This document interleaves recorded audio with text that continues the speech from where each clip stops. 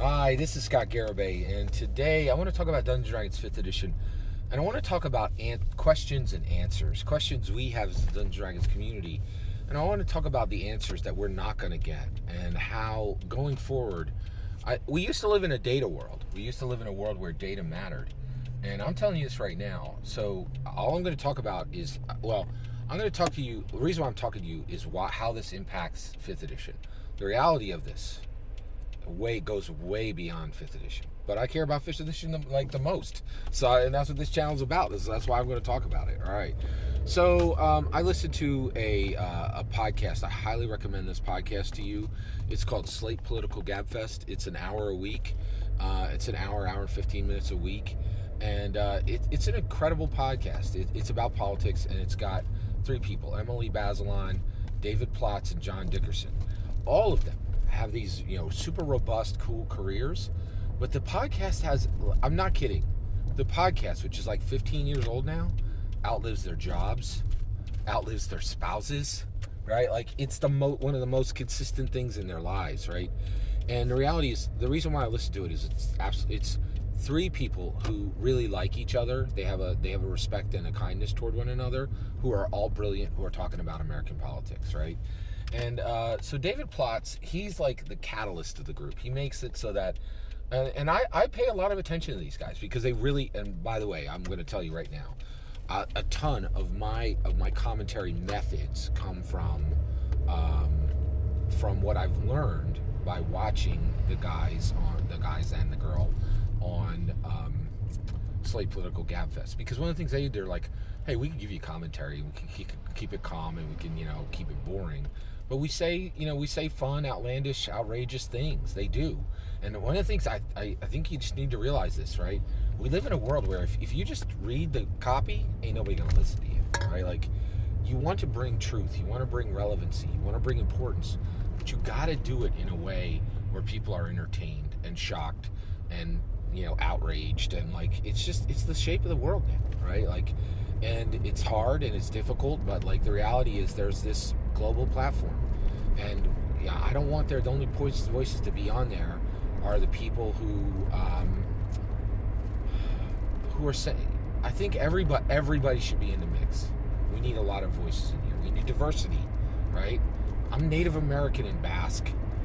Maybe I'm one of the top Native American Basque commentators out there, right? I don't want it to just be, and if you think I'm wrong, boy oh boy is there a diversity crisis in podcasts, right? And in commentary, right? I don't want it to just be a bunch of, I want there to be diversity. I'm part of that diversity, right? So David Plotz said something really fascinating. He said the following. He said, it was a recent podcast, about 2-3 podcasts ago. He said, lived experience is more important than data, right? This is one of the most powerful things I've ever heard anybody say, and it's so true, right? And this is the point, right? We need to figure out how to live in the world that exists, not try to hold on to the world we had, right? And that's where I'm at, right? And that's where I'm trying to pull Dungeon Masters to. I'm like, try to live in the world we are in now. Don't make yourself a blanket fort where you can be comfortable and pretend that the rest of the world isn't there, right? So, and this is a truthful reality. So he was specifically talking about the March 2020 problem, and he's like, hey, like, Biden told us that he was going to get COVID under control, right? Told us flat out, I'm going to take care of this March 2020 problem. He didn't, right? Like, it's with us more. Seems like it's with us more now than ever, right? Like, it seems like nothing changed. Like, he accomplished nothing, right? And he was saying, hey, why are people so resistant? Why are people ignoring the data, right? And they discussed it. And at the end of the discussion, David Plotz just said, lived experience is more important than data, and he is 100% right. And it's not because people are stupid, right? It's because people don't trust. We have a lack of trust. Every data source, right? What's the odds that it's objective? It's about 1% in today's world. Right? Data is expensive. When you pay for something, the people who pay for it get an input, right? And so everybody's like, I don't care what data you got. It's coming from your source, not my source, right? And so that's the issue. And no one on either side trusts the other side, right? So where does this get us for Dungeons and Dragons 5th edition? All right. So we have questions. Here's a perfect one, right? There's a classic 5th edition debate, right? If Matthew Mercer launches his own tabletop role playing game, does he kick the D&D 5th edition into a ditch, right? Is everybody gonna be like, "Ooh, Matthew Mercer created a tabletop role playing game, right? And it's defeated Dungeons and Dragons." There's a big question of this in 5th edition right now, and 5th edition dungeon masters and 5th edition players are like, "Ooh, what if Matthew Mercer made a game? Would it really destroy Dungeons and Dragons, and that would be the new game now?" And a lot of people believe this, right? So, right, here we go. We have some data points, right, that should answer this question for us, all right? So, Explorer's Guide to Wildmount, right? Exandria, Call to Netherdeep is coming. Explorer's Guide to Wildmount's been out for over a year, right? How many copies got sold? And here's the issue. Explorer's Guide to Wildmount takes place in Exandria. That's a Matthew Mercer D&D book. Now, they're reprinting right now the Talidore book, which is a non-Dungeons & Dragons 5th edition book that is on the same continent, that Exandria is in that same world, right? So which wins? Is it the Explorer's Guide to Wildmount, and it totally outsold the brand new Kickstarter Talidore book, right? Or did the Talidore book come out? And this is what I'm telling you right now. You ain't getting the answer. You ain't getting the answer, right? The data won't be there, right? Now, it's possible that the people who are connected to Mercer's, Talidore book, if they sold a ton, they might give you the hard numbers. But Wizards of the Coast is never going to give you the They do not publish book counts. They don't. Okay, and that's the issue. Is we have these battles, they're getting played out, and we want the numbers to see who the winners were, right? And I'm a huge movie fan. I can tell you right now, in the old days, movie how much each movie made every month was published. It was real. It was important. It was very significant, right?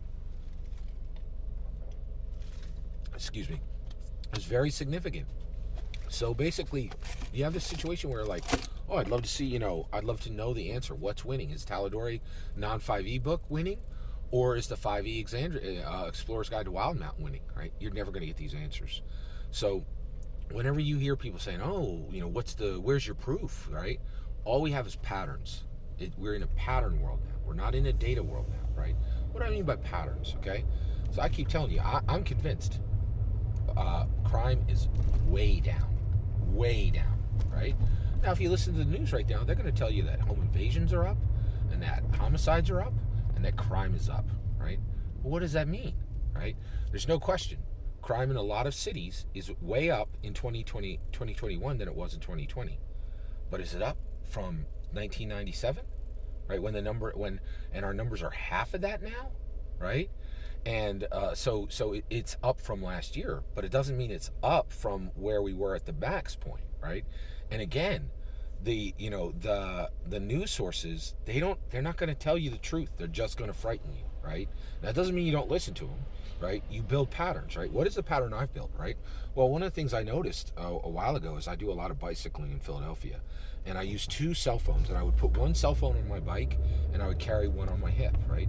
And this happened no less than half a dozen times, where I would go into a museum or into a restaurant, and I'd come out, and I would realize a half an hour later, 45 minutes later, that I had a $300 cell phone just sitting on my bike outside. And I would run out, and it would be right there. Nobody touched it. And this was 5-10 years ago, right? Actually, no, this is about 5, 6, 7 years ago, right? And I was like, well, what? Why is nobody stealing this, And then I just stopped locking my bike. And right now, I have a bike. I bought that thing for $600. I put $100 in. I put probably $200-300 into it in new parts. And I put $100. I pay $150 a year just to refresh my bike, right? That's what other people buy bikes for, right? I have a $1,000 bike. I don't even lock it. It just sits next to my house, right? And the reason why is I see the pattern. Crime is down, right? People are like, oh, Scott, this is your house. It doesn't matter. Blah, blah, blah, blah, blah, blah, blah. We're in a post-data world, right? And the answers we need to answer these important D&D 5e questions, the answers aren't going to be there. all we can do is see patterns, right? We're in a pattern world now. And this is a big deal. This is a really big deal, man. When you arrive in a world where we constantly collect data, and then you can't, and then, only if you've completely controlled if you did all the data collection, and then if you are rich, you can get around this problem. But if you're relying on other people's data to answer your questions, it's finished. All we're in now is a pattern world. We're in a post-data world, right? And it's going to impact, and it means that the debates that we have right now about Dungeons and Dragons are going to continue to rage, right? And so, and all we can do is just bring forward little pieces of data and say, hey, I'm going to try to build this pattern for you. So if you ever see me saying, hey, look at this instance, look at this thing, I'm trying to build a pattern so you can see the truth, because we're in a post-data world. That's my opinion. I'd love to hear your thoughts. Let me know in the comments below. Please consider liking and subscribing, and have a wonderful millennium.